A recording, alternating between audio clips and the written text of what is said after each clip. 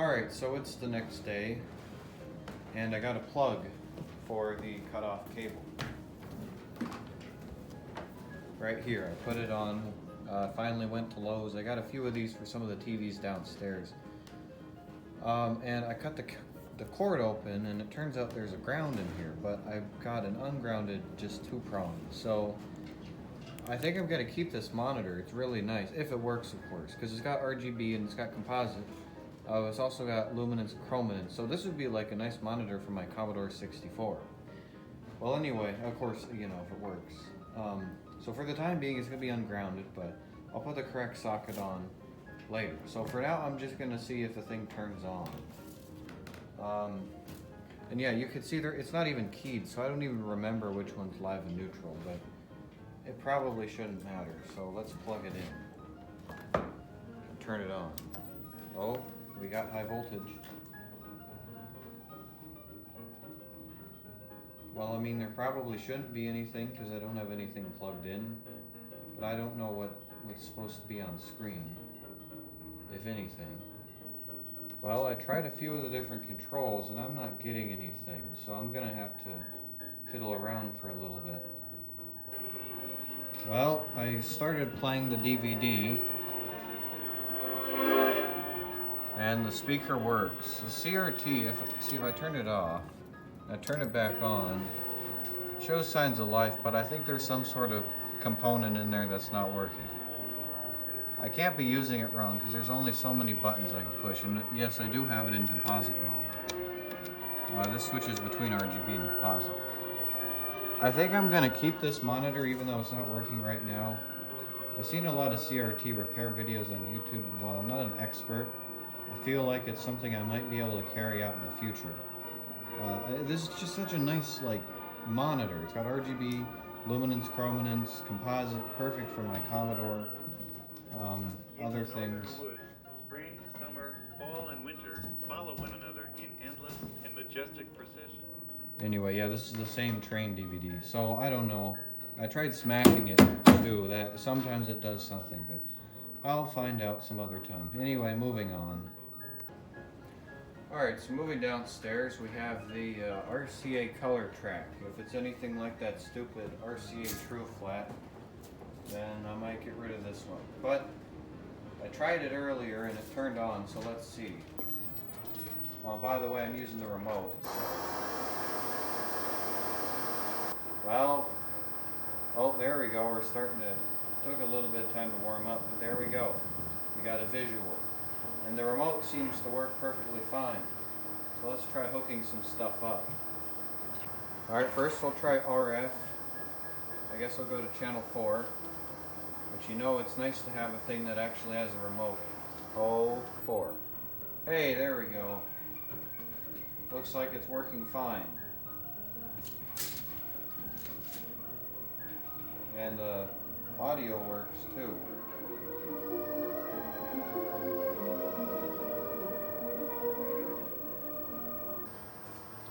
Well, I can't figure out how to get it to composite. It won't let me change the channel. I'm on 2. If I go down, or I'm on 3 actually. If I go down, stays. If I go up, stays.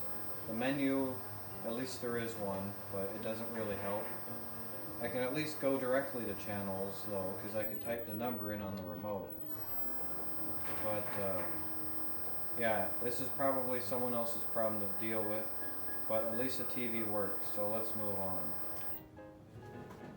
Alright, so here's a Toshiba TV. I also think I powered this on once. It has a remote, but I forgot to grab it.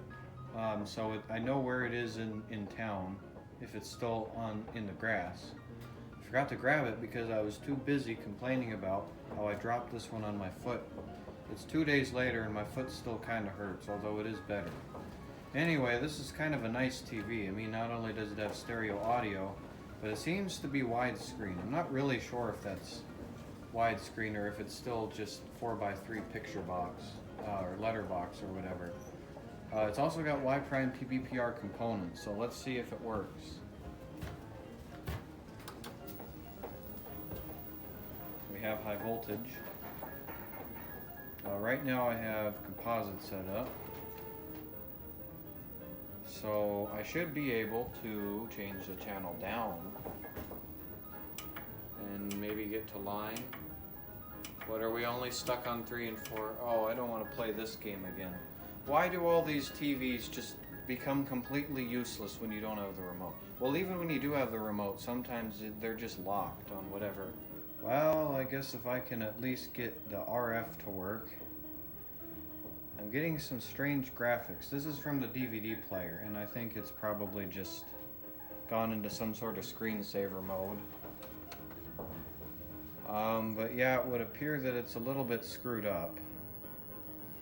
Let me try adjusting the channel. There we go. Oh, it's Conrail again. What a beautiful picture. Oh yeah, there's a Baldwin centipede again. Well, I think I'll call that good enough.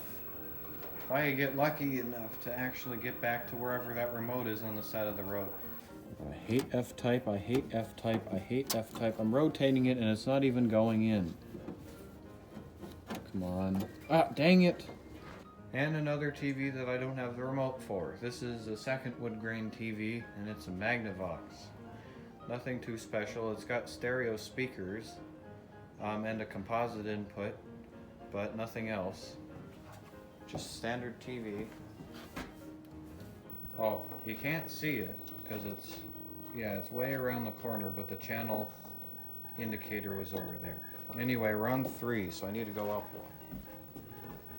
Well, here's a problem that just occurred to me. The menu's in Spanish. Alright, now we're in business. We got English.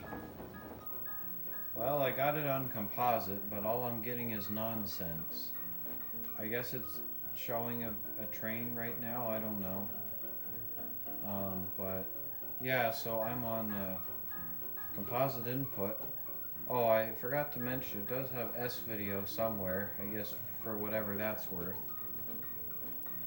Well, it's on channel 69, and for some reason that did the trick. Although, as you can see, the colors are just totally wrong. Oh, no, it lost it.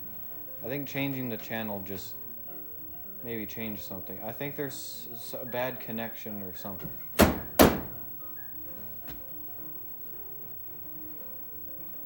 Yeah, this one's a finicky TV. I might just get rid of it. One less TV to deal with. Do you have any idea how many TVs there are in this barn now? It's crazy.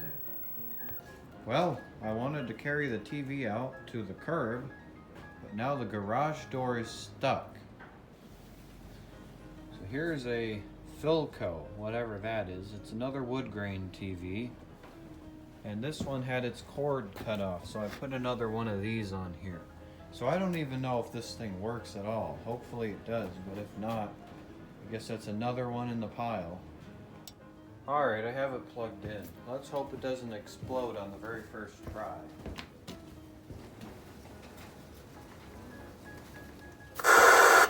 Jeez.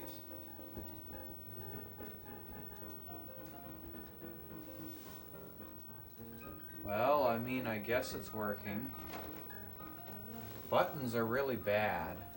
Of course, I don't have the remote, so that's not helpful. It's a very basic TV. There's not even a composite jack. It's just an F-type and that's it. So I guess it doesn't even need a remote, really. There we go. Well, I mean, it looks like garbage, but I guess it works.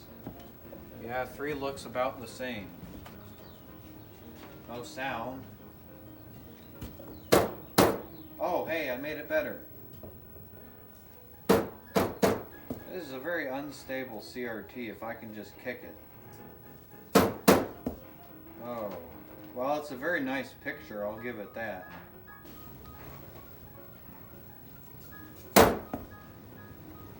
Look at this, I'm standing behind the camera, and if I stomp on the floor, it messes with it.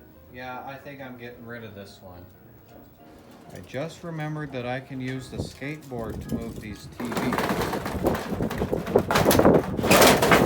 Great. Well, anyway, the Sony seems to be working. Well, on RF it seems to be working perfectly fine. Well, I'm looking at the phone. It's a bit too bright for the exposure and whatever, but in person it looks very nice. So let's try playing the DVD.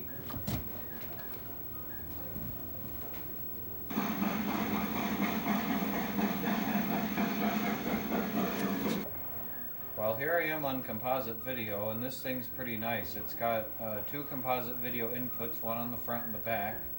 The back one has an S video port. There's also Y' PVPR component video, and it's not locked, and having a TV remote is not necessary. Although unfortunately it seems the volume down doesn't work, so the only thing I can do is make it louder and louder.